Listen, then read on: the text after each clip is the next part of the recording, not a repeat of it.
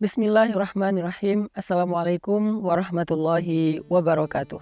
Teman-teman yang dirahmati Allah Subhanahu wa taala, pada konten kali ini saya pengen ngajak teman-teman sekalian untuk mentadaburi 3 ayat di dalam surat Yunus, dimulai dari ayat 62 sampai 64, tentang gimana cara kita dapetin garansi atau dapetin jaminan dari Allah untuk kehidupan kita di dunia, bahkan berlaku untuk kehidupan kelak di akhirat.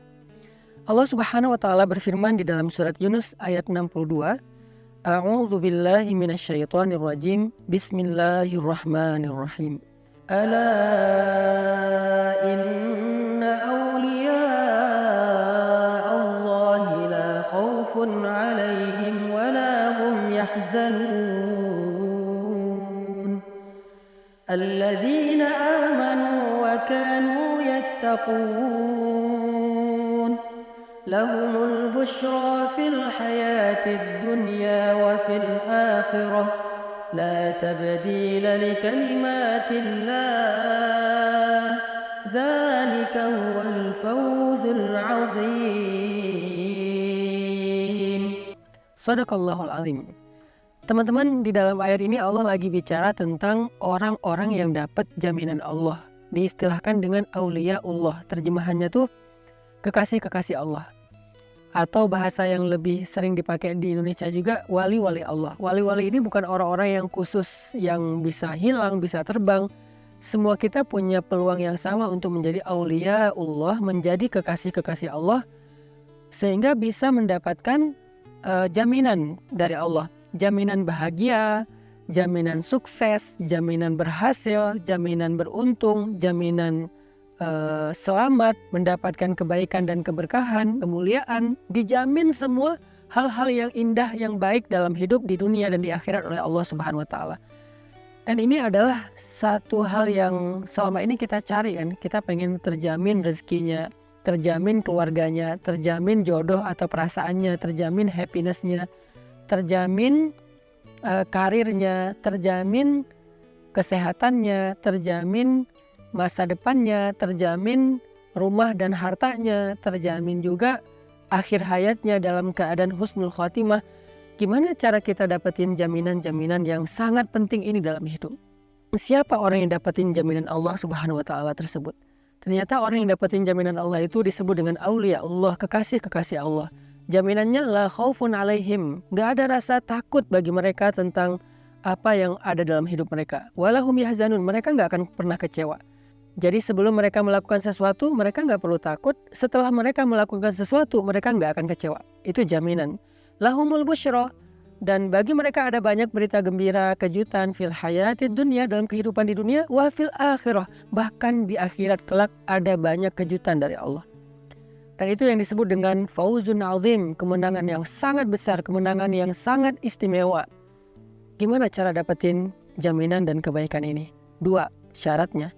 1, alladzina amanu, orang yang yakin sama Allah, orang yang percaya sama Allah, orang yang gak ragu sama Allah, orang yang berserah kepada Allah, orang yang pasrah sama Allah, orang yang berbaik sangka kepada Allah, orang yang nurut kepada kehendak Allah Subhanahu wa taala. Itulah amanu. Dan syarat yang kedua, wa kanu yattaqun, orang yang taat kepada Allah. Mulai dari memperbaiki ibadah-ibadah wajibnya, baik batin ataupun zahir, memperbaiki niatnya, memperbaiki khusyuknya, dan juga memperbaiki fikihnya ataupun adab-adab sholatnya atau ibadahnya, syarat-syarat sempurnanya ibadah secara zahir. Dia perbaiki yang wajib-wajib, kemudian dia tambah yang sunnah. Setelah sholat wajib, dia tambah sholat sunnah. Setelah dia zakat, dia tambah sedekah. Setelah dia Ramadan, dia tambah puasa sunnah. Setelah dia membaca Al-Quran, dia menambah hafalan-hafalan Al-Quran. Banyak lagi amalan-amalan sunnah yang dia lakukan untuk meningkatkan ketakwaannya kepada Allah. Sehingga ketika dia menjadi orang yang mu'minun haqqo, mu'minnya, imannya udah benar, imannya udah murni, imannya udah utuh kepada Allah, gak ada keraguan. Kemudian ibadahnya semakin meningkat, semakin dekat sama Allah, maka di saat itulah dia menjadi aulia Allah, menjadi wali Allah, menjadi kekasih Allah.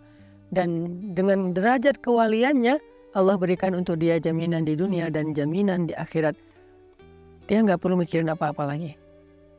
Maka apa yang harus kita siapkan sekarang untuk dapetin kebaikan, jaminan, dan juga berita gembira dari Allah? Belajar iman, belajar yakin sama Allah. Jangan pernah menyerah karena ragu sama Allah.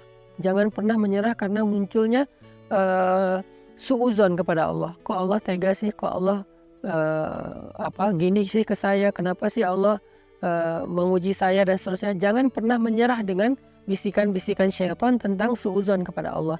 Langsung kita switch pikiran negatif kita kepada positif. Pasti ada hikmahnya. Allah tuh penyayang, Allah tuh gak tega, Allah tuh pasti sayang banget sama saya. Pasti ada kebaikan di balik ini. Kita berusaha belajar iman dengan tafakur, dengan muhasabah, dengan membaca Al-Quran, dengan melihat kebesaran-kebesaran Allah. Belajar iman terus supaya iman kita tuh makin utuh, supaya iman kita itu semakin dalam, supaya iman kita itu semakin sempurna. Jadi dengan kita memiliki iman yang baik, iman yang gak ada keraguan sedikit pun kepada Allah, baik dalam situasi yang nyaman, apalagi dalam situasi yang sulit, berarti kita sudah memenuhi syarat yang pertama menjadi waliullah, yaitu syarat alladzina amanu. Kayak Nabi, ketika suatu hari ada laki-laki, orang kafir, meletakkan pedang di leher Nabi. Pedangnya tajam banget, kalau ditarik sedikit maka langsung memotong leher. Dia bilang, wahai Muhammad, siapa yang bisa nolong kamu sekarang? Kamu sendiri, gak ada siapa-siapa yang dekat kamu. Sahabat-sahabat jauh, beliau sendiri di situ. Nabi dengan tenang mengatakan, Allah. Bukan Allah dalam arti sekedar lisan, tapi dalam hatinya beliau yakin memang Allah satu-satunya yang bisa menolong. Jadi tidak berubah rasa yakin Nabi ketika beliau sendiri dengan ketika beramai-ramai. Kita kadang-kadang bilang Allah nolong saya karena kita kondisinya tuh kayak pede, soalnya banyak teman yang bisa bantu kita, masalah kita masih kecil. Tapi begitu kita masalahnya gede dan gak punya siapa-siapa, kita kayak ragu gitu, Allah bisa gak ya nolong saya? Padahal pertolongan Allah itu tidak tergantung sama makhluk. Ada makhluk, gak ada makhluk, Allah bisa nolong kita. Allah bisa menjadikan api itu membakar, bisa juga menjadikan api itu sejuk, seperti apinya Ibrahim. Allah bisa menjadikan lautan itu menenggelamkan, bahkan bisa juga menjadikan lautan itu jadi jalan, seperti lautnya Nabi Musa. Allah bisa mengeluarkan onta dari induknya, bisa juga onta keluar dari batu, seperti ontanya Nabi Soleh. Allah bisa menjadikan bulan itu purnama, bisa juga membelah bulan, seperti bulannya Nabi Muhammad. Banyak lagi hal-hal besar yang terjadi, dan itu bukan hanya untuk para nabi yang disebut dengan mukjizat, tapi juga untuk orang soleh atau kekasih Allah yang bukan nabi, yang disebut dengan ma'unah atau pertolongan Allah. Artinya jangan muncul ragu dalam hati kita ketika hidup kita sulit, mentok, gak ada lagi jalan-jalan logis untuk mendapatkan kebaikan. Karena iman gak harus selalu logis. Ketika iman kita utuh dalam situasi yang gak logis, saat itulah kita menjadi mukminun haqqa, mukmin yang sejati. Kalau iman kita utuh dalam situasi yang logis, ilmiah, kebayang sama kita, itu belum utuh, belum teruji. Ketika Nabi di dalam gua bersama dengan Abu Bakar, musuh-musuh sudah mengepung gua. Kalau mereka ngelihat ke bawah saja sedikit, udah kelihatan Nabi dan Abu Bakar di situ dan langsung ditangkap. Kata Nabi, ya Abu Bakar, jangan sedih, jangan khawatir, Allah bersama kita. Ketika Nabi Musa mentok dengan laut, di belakangnya tentara Firaun, orang-orang Bani Israel udah berputus asa. Nabi Musa bilang apa? Kalla inna ma'aya rabbi sayahdin. Allah pasti nolong saya, Allah pasti ngasih jalan buat saya, ngasih petunjuk buat saya. Itulah kondisi iman yang istimewa saat sulit, saat mentok, saat gak logis, saat sendiri. Kita masih mengandalkan Allah, kita masih percaya sama janji Allah. Itu syarat iman yang utuh. Sedangkan takwa atau taat, belajar untuk taat kepada Allah dalam situasi mudah, bahkan dalam situasi susah. Jadi jangan cuma sholat pas lagi mudah, tapi sholat juga pas lagi susah. Jangan cuma sedekah pas lagi banyak uang, sedekah juga pas kita lagi kurang. Makanya alladzina yunfikuna fis-sarra wad-dharra, kata Allah.